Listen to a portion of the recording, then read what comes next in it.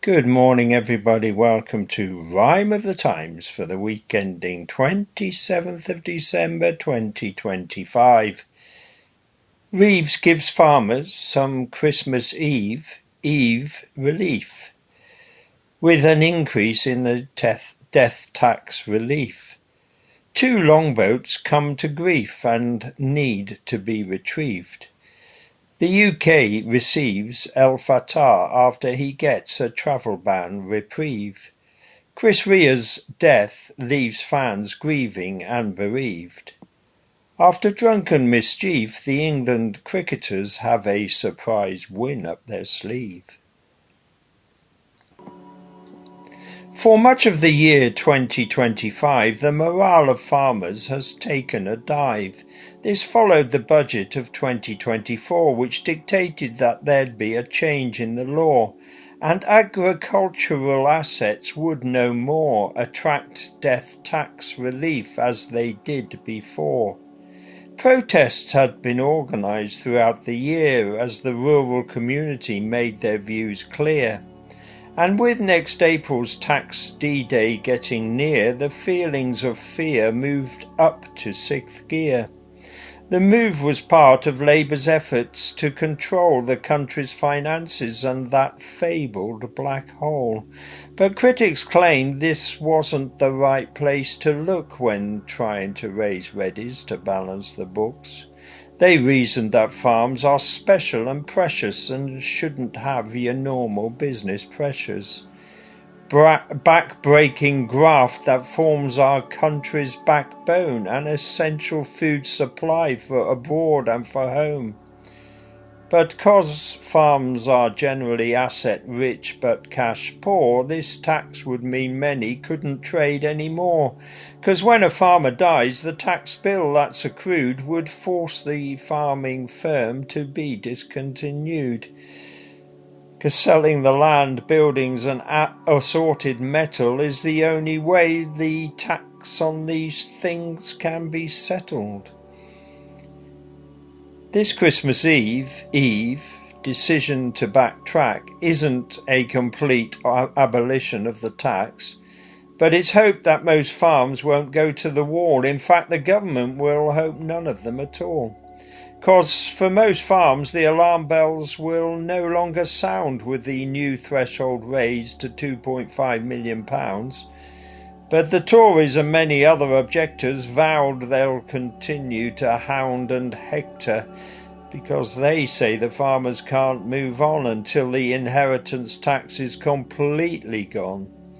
But for now, at least, it's a partial reprieve and farmers could feel some brief festive relief. Around about 4 o'clock on Tuesday morning in Whitchurch, North Shropshire, without forewarning, in one of those completely freak mishaps, the banks of the Llangollen Canal collapsed. As water flooded out into fields all around, the canal was drained and 2 boats ran aground. A major incident was quickly declared, and no doubt people for a while were pretty damn scared. But fortunately, no one got hurt or worse from this 2-century-old embankment being burst. On the 2 stricken boats there'd been not a soul, and fortunately no one fell down the hole. On Friday there was a British diplomatic matter caused by Egyptian Allah Abd El-Fattah. The activist had spent 12 years incarcerated for anti-government acts that weren't appreciated. But after pressure from the UN had increased, in September he was pardoned and then released. But like a certain song, he'd been deceived. He may have checked out, but he couldn't quite leave. Because though freed from jail, he was still stripped of the right to leave the land of Egypt. Then the travel ban was lifted, so he got away, taking a flight to Britain on Boxing Day. And holding passports for both Egypt and the UK, he could fulfill his intention here to stay. This is the time of year when we always hear driving home for Christmas to bring festive cheer. But this timeless melody by Chris Rea was more poignant this particular year, because the Teesside lad who could make many swoon with his throaty croon and well-crafted tunes tainted this Christmas with unwelcome gloom when we learnt of his passing way too soon. For 3 decades his health was a road to hell. Now he's arrived in heaven, all being well. The 74-year-old received so many accolades, with 26 albums made over 4 decades. Iconic songs crafted and forever played. Fool if you think it's over, his legacy won't fade. The 2025 Ashes tour in Australia will go down in history as a great British failure. Even before the whole shebang began, it was beset with all sorts of shenanigans.